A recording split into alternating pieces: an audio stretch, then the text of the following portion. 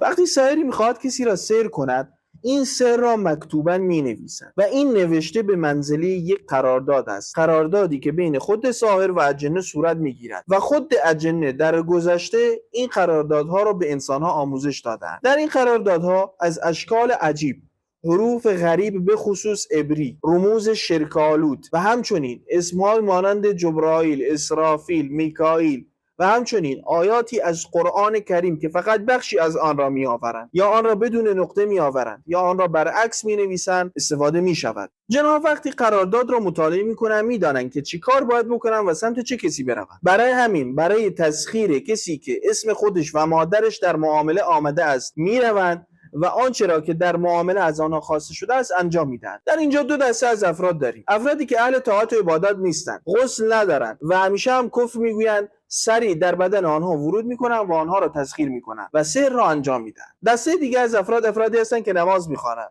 بر طاعات و عبادات خود مداومت دارند و همچنین از اذکار و اوراد صبحگاهی و شبانه استفاده میکنند. این افراد را نمیتونن تسخیر کنند، برای همین صبر میکنند و بر این افراد مراقبت میکنند تا در 4 حالت فرصت ورود به جسم آنها را پیدا کنند.